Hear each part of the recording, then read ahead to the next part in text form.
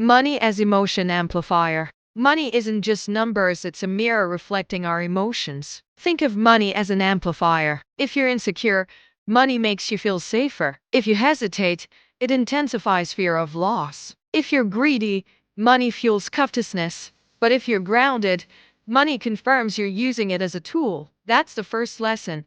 Your feelings about money reveal more about who you are than what you can afford.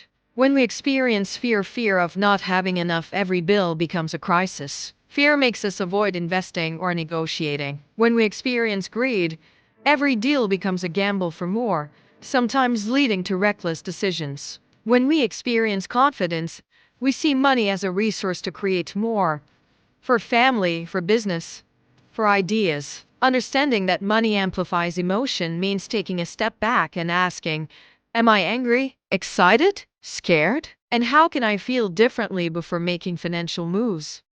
Without emotional awareness, your finances are hostage to your mood. And that's why psychology is so important, because emotion drives money decisions more than maths ever will. Fear, the overprotective mind. Fear is the most common emotion when it comes to money. It shows up as I can't afford risk. What if I lose it all? Or even I'm not smart enough. Fear results in inaction, money stuck in savings accounts, avoiding investing, declining opportunities that feel too risky. The real cost of fear is hidden, the opportunities lost. While money sits safe, inflation shrinks its value. Meanwhile, market returns compound, billionaires play long, but fear keeps others on the sidelines. Think for a moment. If you had a 70% chance to grow your wealth, but you had to endure short-term decline, would you risk it? Fear tells you no, confidence tells you yes. But fear is not wrong, it's natural. The point is not to eliminate it, but to manage it. By recognizing fear, naming it, and taking small consistent steps despite it, like buying $100 of stocks each month, you can override fear with action. That's how emotions stop controlling money and you reclaim control yourself. Greed, the illusion of control. On the opposite side of fear lies greed. It whispers, more is better. Why stop now? Make every deal count. The danger isn't desire, it's blind desire. Greed blinds us to risk. It leads to keeping too much risk concentrated, or chasing returns that seem too good to be true. History is full of examples. Quick rises followed by catastrophic falls. Crypto booms, dot-com bubbles, speculative stocks. Wealthy people don't reject profit, they reframe it. They ask, is this legit? Not, can I get rich quick?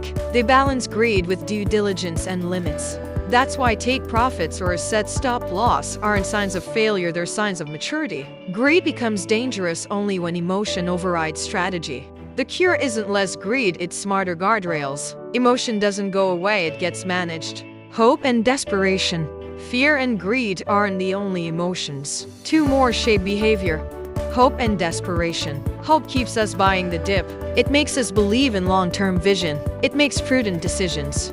Desperation, in contrast, forces action, not smart action, but rushed, regretful action. When account balance dips, desperation leads to panic selling. That's textbook market timing gone wrong. But hope rooted in knowledge and patience lets us hold a longer vision. That's why the wealthy plan for the worst but hope for the best. They ask, what if I'm wrong? And also, how can I capitalize if I'm right? Their financial actions are calibrated, not reckless, not paralyzed, but guided by both realism and optimism. Recognizing when you're acting from hope or desperation is part of emotional financial intelligence. Guilt and shame, the hidden blocks. One emotion we rarely discuss: guilt. Shame. Guilt over spending on ourselves. Shame about being wealthy while others struggle.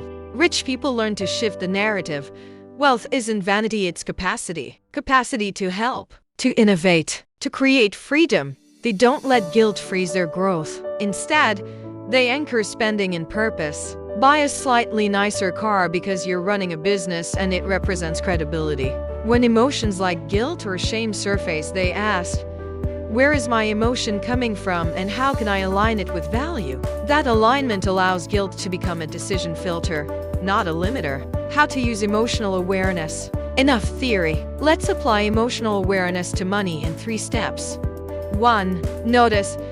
Catch your feeling at the moment you open a financial decision. Are you buying because of scarcity, fear of missing out, or purely logical assessment? Are you checking investments due to fear or due to strategy? 2. Name. Label the emotion. Say out loud, I'm feeling anxious about losing money. I am excited but also want to ensure this is smart. 3. Pause and plan. Instead of acting immediately, pause. Create a plan or rule.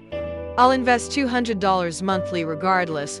I'll sell only 10 gain or 7 loss. Emotional intelligence isn't emotional control. It's emotional response. The more you practice, the more emotional bias loses power. And that leads to predictable, resilient financial habits far more powerful than any single trade or investment. Real-life example, the dip that backfired.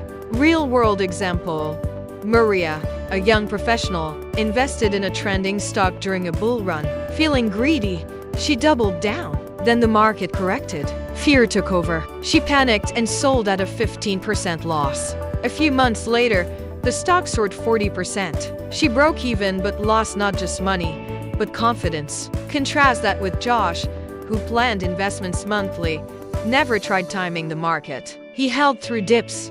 Result, his portfolio returned 12% annually over 5 years, still under market average, but consistent and stress-free. Money psychology isn't about being right. It's about being rational and consistent. The outcome isn't just numbers, it's emotional resilience, calm, and long-term growth. Closing. Use emotion to gain gravity. This is the power of emotional intelligence with money. Using emotional awareness not to suppress, but to guide your choices. When fear exists, but your logic guides your action, deposits continue. Investments continue. Growth continues. That's how emotion-controlled finance becomes resilient and powerful. It's not about being fearless. It's about being wise. So next time emotions swell, fear, greed, hope, don't fight them. It's not about being fearless. It's about being wise. So next time emotions swell, fear, greed, hope, don't fight them. Pause. Name. Plan. Let your best self guide your money, not your knee-jerk feelings. And if you found this helpful, hit like, subscribe, and let me know in the comments which emotion controls your finances the most.